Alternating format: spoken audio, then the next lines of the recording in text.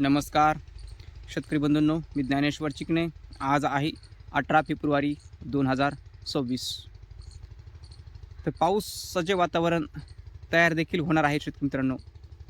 आणि हा पाऊस आपण दिलेल्या जिल्ह्यामध्ये देखील पडणार आहे.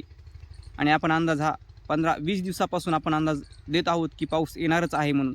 आणि आपला अंदाज हा तळ्यात आणि मळ्यात नव्हता. प्रत्यक्ष तुम्हाला मी दाखवून दिले की पाऊस येण्याची शक्यता आहे. इथून मागच्या अंदाजामध्ये देखील प्रत्येक दिवशी मी आपण अंदाज दिला. पण आता इथून पुढे अंदाज येतील की पाऊस येणार आहे म्हणून. तर आता कोणत्या भागामध्ये पावसाची शक्यता आहे किंवा कोणत्या जिल्ह्यामध्ये पावसाची शक्यता आहे आणि किती प्रमाणामध्ये पाऊस पडण्याची शक्यता आहे आपण या अंदाजामध्ये सांगणार आहोत. तर यावेळेस हा पाऊस नाशिक विभागाला थोडासा डावलणार आहे. नाशिक विभागामध्ये देखील पावसाची शक्यता आहे, पण कोणत्या ठिकाणी पावसाची शक्यता आहे आपण या अंदाजामध्ये सांगणार आहोत. पण ह्यावेळेस राज्याच्या दक्षिण पूर्व भागामध्ये जास्त पावसाची शक्यता आहे. जास्त याचा अर्थ वाहुणी पावसाचा अंदाज नाही आहे. याचा अर्थ फक्त पश्चिम भागापेक्षा म्हणजे नाशिक विभागापेक्षा व कोकणापेक्षा पश्चिम महाराष्ट्रापेक्षा जास्त, याचा अर्थ असा. तर दक्षिणेकडून आपण सुरुवात करू, सोलापूर जिल्ह्याकडून. सोलापूर जिल्ह्यामध्ये देखील एखाद-दोन ठिकाणी हलक्या पावसाची शक्यता आहे. तुरळक ठिकाणी पेनवणीसारखा पावसाची शक्यता आहे सोलापूर जिल्ह्यामध्ये. सोलापूरपेक्षा थोड्या जास्त प्रमाणामध्ये धाराशिव जिल्ह्यामध्ये थोडा जास्त पाऊस राहण्याची शक्यता आहे. सोलापूरपेक्षा जास्त, त्याच्यापेक्षा अजून जास्त लातूर जिल्ह्यामध्ये राहण्याची शक्यता आहे. मग आता इथून पुढे जास्तीत जास्त म्हणजे याचा अर्थ असा नाही की इकडं इकडं वाहुणी पडत जाईल, तसा नाही आहे. त्याच्यामध्ये जसं की सोलापूर जिल्ह्यामध्ये एखाद-दोन ठिकाणी शिंतोडे पडले, तर धाराशिव जिल्ह्यामध्ये पेनवणी पाऊस. तर धाराशिव जिल्ह्यापेक्षा थोडाफार लातूर जिल्ह्यामध्ये एखाद्या ठिकाणी पेनवणीपेक्षा थोडा जास्त पाऊस, अशा स्वरूपामध्ये पावसाची शक्यता लातूर जिल्ह्यामध्ये देखील पडण्याची शक्यता. तसेच बीड जिल्ह्यामधून एक कमेंट आलेली होती की आमच्या जिल्ह्यामध्ये तुम्ही पाऊस दाखवा. तर बीड जिल्ह्यातील त्या कमेंटलासुद्धा उत्तर देतो की बीड जिल्ह्यामध्ये देखील पावसाचा अंदाज आहे. आणि तो पण पहिल्या स्टार्टिंगलासुद्धा मी अंदाज दिलेला आणि आतापर्यंतही मी पावसाचा अंदाज देत आहे. बीड जिल्ह्यामध्ये देखील पावसाची शक्यता आहे. किंवा एखाद-दोन ठिकाणी तरी पाऊस दाखवणारच आहे बीड जिल्ह्यामध्ये. आणि तो पाऊस असा मोठा नाही की थोडंफार शिंतोडे पडल्यासारखा पेंडवणी इतका पाऊस पडण्याची शक्यता. पेंडवणी पावसाची शक्यता अशा मोठ्या स्वरूपामध्ये पावसाची शक्यता आहे. 5 ते 10 मिलीमीटरपर्यंत पावसाची शक्यता आहे पेंडवणीपर्यंत. तसेच परभणी जिल्ह्यामध्ये देखील पावसाची शक्यता आहे तुरळक ठिकाणी परभणी जिल्ह्यामध्ये. तसेच छत्रपती संभाजीनगर जालना जिल्ह्यामध्ये देखील पावसाची शक्यता आहे, त्यामध्ये तुरळक ठिकाणी पावसाची शक्यता आहे. हिंगोली जिल्ह्यामध्ये देखील पावसाची शक्यता आहे, थोडीफार प्रमाणामध्ये जास्त शक्यता आहे. आणि हिंगोली जिल्ह्यामध्ये पश्चिमेकडच्या जिल्ह्यापेक्षा थोडेफार हिंगोली जिल्ह्यामध्ये, नांदेड आणि हिंगोली जिल्ह्यामध्ये थोडी जास्त प्रमाणामध्ये शक्यता आहे. तसेच यवतमाळ जिल्ह्यामध्ये देखील पावसाची शक्यता आहे. यवतमाळ जिल्ह्यामध्ये देखील 10 ते 15 मिलीमीटरपर्यंत किंवा 20 मिलीमीटरपर्यंत देखील पावसाची शक्यता आहे. तसेच नांदेड जिल्ह्यामध्ये देखील 20 मिलीमीटरपर्यंत सुद्धा 20 ते 30 मिलीमीटरपर्यंत देखील पाऊस पडण्याची शक्यता. नांदेडचा जो पूर्व भाग आहे तालुक्यात, त्या भागामध्ये एखाद्या ठिकाणी जास्त स्वरूपामध्ये नाही आहे.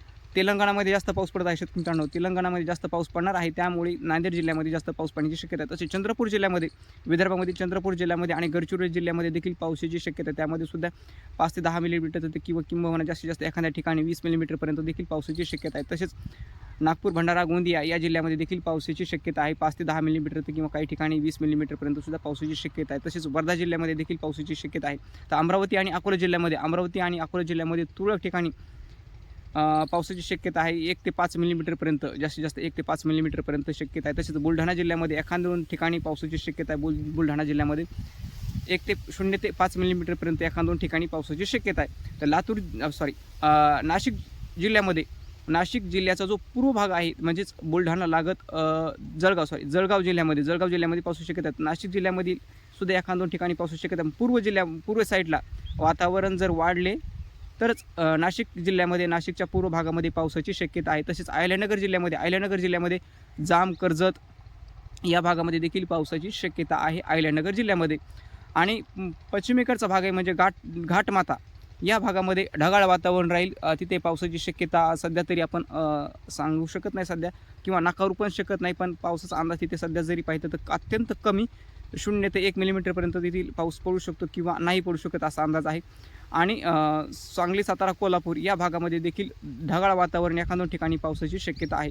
जास्तीत जास्त या राज्याच्या म्हणजे आपल्या राज्याच्या पूर्व भागामध्येच पावसाची शक्यता आहे. वरच्या भागामध्ये मात्र ढगाळ वातावरणच राहण्याची शक्यता आहे. बऱ्याच ठिकाणी तर हा पाऊस राज्याच्या काही भागामध्ये पडण्याची शक्यता आहे. म्हणजे बऱ्याच तुरळक ठिकाणी बऱ्याच भागामध्ये पाऊस पडण्याची शक्यता आहे. तर आपण हा अंदाज 20 दिवसापूर्वी सांगितला होता, 20 ते 25 दिवसापूर्वी सांगितला होता. आणि त्या अंदाजापासून आपण सतत अंदाज सांगत आहोत, शेतकरी सांगत होतो की पाऊस येणार आहे आणि बंगालच्या खाडीमध्ये चक्रीवादळ तयार होणार, हे तुम्हाला सुद्धा देखील व्हिडिओ अंदाजामध्ये सांगितलं होतं की त्यामध्ये चक्रीवादळ तयार होणार आणि त्याची स्टेज 1 मध्येच राहण्याची शक्यता आहे. आणि त्यामध्ये त्या चक्रीवादळाचं रूपांतर हा स्टेज 2 किंवा स्टेज 3 म्हणजेच मोठ्या सायक्लोन, मोठ्या चक्रीवादळामध्ये होण्याची शक्यता नाही. म्हणजेच जास्तीत जास्त त्याची स्पीड किलोमीटर प्रति घंटा 50 पर्यंत असण्याची शक्यता आणि ते समुद्रामध्येच डिफ्यूज होणं, समुद्रामध्येच संपुष्टात येण्याची शक्यता, किंवा जास्तीत जास्त ते हे चक्रीवादळ जे आहे ते आंध्र प्रदेशच्या किनारपट्टीवरच लँड होणार आणि ते तिथून समुद्रामध्ये नष्ट होण्याची संपुष्टात येण्याची शक्यता. इकडं भारताच्या भूभागावर मध्य भूभागावर भारताच्या जास्त असं म्हणजेच आंध्र प्रदेशच्या मध्य भागामध्ये येण्याची शक्यता त्याची खूप कमी आहे. पण त्याचाच परिणाम आपल्या राज्यामध्ये होण्याची शक्यता आहे. तर हा झाला आपला अंदाज. तर आपल्या चॅनलला तुम्ही यूट्यूब चॅनलला तुम्ही सबस्क्राईब केले नसेल तर सबस्क्राईब करा. तसेच फेसबुक पेजला देखील तुम्ही फॉलो केले नसेल तर फेसबुक पेजला देखील तुम्ही फॉलो करा. आणि तुम्ही पाहू शकता हे जे आवाज तुम्हाला थोडासा येत आहे, आता शेतकरी बंधू आपले तुरी काढत आहेत. काही भागामध्ये तुरीचा हरभरा आहे सुद्धा काढणे सुरू आहे. आणि शेतकरी बंधूंनो, तुम्ही आभाळ बघताच, तुम्ही आभाळाचं चित्र बघताच, किंवा 23 तारखेपासून आपल्या राज्यामध्ये पावसाची शक्यता आहे. त्यामुळे तुम्ही पिकाची सुद्धा तुम्ही काढणी वेळेत करू शकता. काढणीला जर आलेले असेल तर तुम्ही मिशनीतून काढू शकता, किंवा झाकून ठेवण्याची व्यवस्था देखील करा तुम्ही, कारण पावसाची शक्यता आहे. मराठवाडा असेल किंवा विदर्भ असेल, या भागामध्ये दिलेल्या भागामध्ये पावसाची शक्यता, तुम्ही त्याची सतर्कता बाळगा. धन्यवाद.